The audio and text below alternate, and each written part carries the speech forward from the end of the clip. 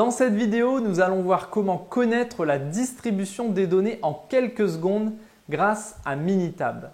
Dans la majorité des cas, il s'agit d'une distribution normale, c'est-à-dire que les données forment une courbe de Gauss. Mais parfois, ce n'est pas le cas car un phénomène contrarie la nature. Par exemple, un déréglage machine, une température anormale et beaucoup d'autres facteurs que l'on nomme les cinquièmes, qui sont le milieu, la matière, la main-d'œuvre, le moyen et la méthode. Si vous souhaitez en savoir davantage sur les cinquièmes, je vous invite à consulter la vidéo dédiée. Il est primordial de démarrer chaque étude statistique par une analyse de la distribution. Si vous tirez des conclusions à partir de données non normales, en pensant qu'elles le sont, vos résultats seront tout simplement faux et donc plus ou moins éloignés de la réalité.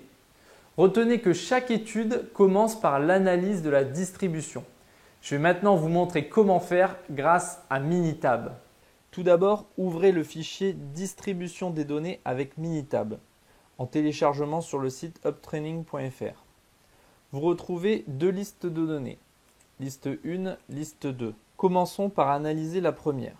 Cliquez sur le menu Stat, puis Basic Statistics et enfin Normality Test. Dans Variables, sélectionnez la liste des données que vous souhaitez analyser. Ici, c'est la liste 1. Laissez l'option Percentile Line cochée sur Known. Dans Test for Normality, vous voyez que 3 choix s'offrent à vous. Anderson-Darling, Ryan Joyner, Kolmogorov-Smirnov. En fait, il s'agit de 3 méthodes différentes qui permettent de tester la normalité des données. Personnellement, j'utilise toujours Anderson-Darling qui convient parfaitement. Enfin, vous pouvez ajouter un titre à votre graphique si vous le désirez.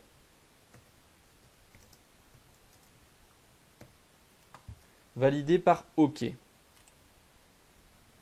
Un graphique apparaît. On retrouve en haut le titre qu'on lui a donné, mon premier graphe. En dessous, chaque échantillon est représenté par un point rouge. Pour que la distribution soit normale, il faut que les points suivent le mieux possible la droite en bleu. Ici, c'est bien le cas, les données sont donc normales. Cette appréciation est parfois difficile à évaluer. Je préfère me fier à une autre valeur que je vais vous montrer. À droite, on retrouve une synthèse avec la moyenne des données, 10,54, l'écart type, 2,171, n, c'est le nombre d'échantillons, AD représente le coefficient d'Anderson-Darling. Plus ce nombre est petit, plus la distribution des données suit la loi normale. Le plus important, c'est le p-value. S'il est supérieur à 0,05, alors les données suivent une loi normale. Plus ce coefficient est grand, plus les données suivent la courbe de Gauss. Prenons maintenant la liste 2 et effectuons les mêmes opérations, c'est-à-dire Stat, Basic Statistics, Normality Test. Sélectionnez la liste 2, changez le titre et validez par OK. On voit tout de suite la différence sur le graphique. Les points ne suivent pas la droite. Cela se confirme avec le p-value puisqu'il est inférieur à 0,005. Les données ne sont donc pas normales. Mais vous allez me dire, quelle est leur distribution? Minitab dispose d'un outil puissant pour tester toutes les formes de distribution. Cliquez sur Stat, puis Quality Tools et Individual Distribution Identification. Dans Single Column, sélectionnez la colonne numéro 3, là où sont saisies les données. Ici, elles ne forment qu'un seul groupe de valeurs. On saisit donc 1 dans Subgroup Size. Si un jour vous faites plusieurs essais, vous pourrez découper vos données en plusieurs groupes. Laissez cocher Use All Distribution and Transformation pour que le logiciel compare à toutes les distributions qu'il connaît. Validé par OK. Plusieurs fenêtres apparaissent affichant les graphiques pour chaque distribution. Mais allons plutôt sur la fenêtre Session. Vous pouvez double-cliquer en l'agrandissant.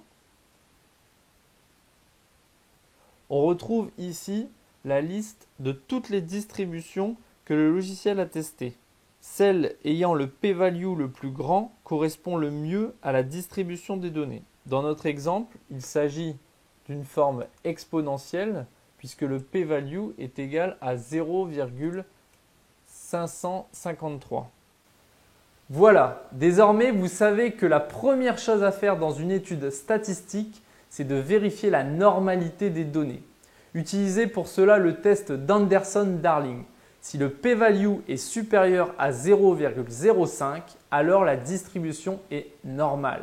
Si ce n'est pas le cas, Minitab est capable de calculer la distribution qui se rapproche le plus de vos données.